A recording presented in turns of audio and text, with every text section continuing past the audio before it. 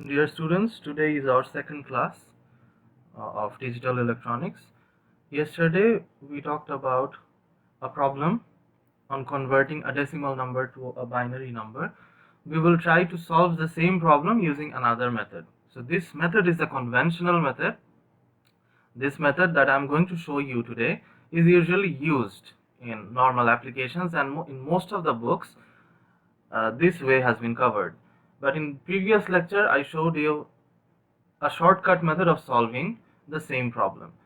So you can use either of the methods, it's up to you.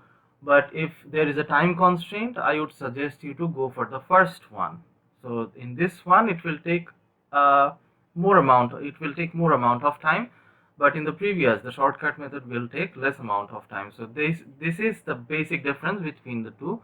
Apart from that, both of them are almost the same. So as you can see in the question paper, we are given with a number. The number is 160. It's a decimal number. That means it has a base of 10. So what is the first task we need to do? The first task is to divide this 160 with 2. Okay, so if we try to divide this number 160 with 2, what will we will get? We will get a result of 80. Is there any remainder after dividing 160 with 2? No, there is no remainder remaining. So that's why we need to put a 0 over here, right? Then we have to divide this 80 with 2 again. So if we divide this 80 with 2, we get a result of 40. Is there any remainder in this case? No. That means we have to write down 0 here. Again, we have to divide this 40 with 2. So if we divide this 40 with 2, we will be getting 20, right? We will be getting 20. Is there any remainder? No, not at all. So it is 0. Then again, if we try to divide this 20 with 2, we will be having a value of 10.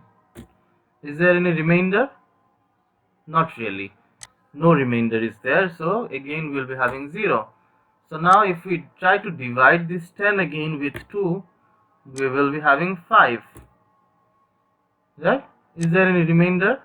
No, not really. So we will be having 0 once again. Now see, if we try to divide this 5 with 2 again, now the result will be 2, right? 2 multiplied with 2, this 2 multiplied with 2 gives us 4. When we are trying to divide this 5 with 2, the result or the resultant is 2, and the remainder in this case is 1, right? Isn't it? The remainder will be 1 in this case, because remainder 1 will be prevailing in this case. Okay, now if we try to divide this 2 with 2 again, division of 2 with 2, so in this case we will be having 1. Is there any remainder? No, not really. So we have to write down 0 here. What if we try to divide this 1 with 2? What will happen in this case? If we try to divide 1 with 2, is it possible to divide 1 with 2? It's not possible, right? So in this case, we can write 0, the result is 0, and the remainder is 1, right? Why is that? You see, 2 getting multiplied with 0 gives us a result of 0 actually. So the remainder that we will be having is 1, right? Now, what we have to do is, we need to write down the answer from the bottom to the top. What does that mean? The final answer will be this much. Let me highlight this one so that it becomes more visible. So the answer is this much. So what I'm trying to tell is, our final answer should be written down in this sequence. First 1, 0, 1, then 0, 0, 0, 0, 0. So this is the answer that we are getting after solving this question. So are we getting the same answer that we got in the previous lecture? I will suggest you to go back and watch the previous video and try to match both the answers.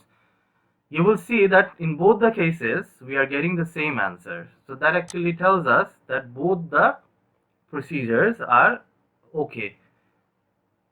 You can solve the same problem with the previous following the previous procedure, or you can solve the question using this method as well. So both the methods are correct.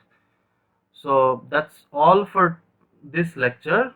In the next video we will be talking about another problem.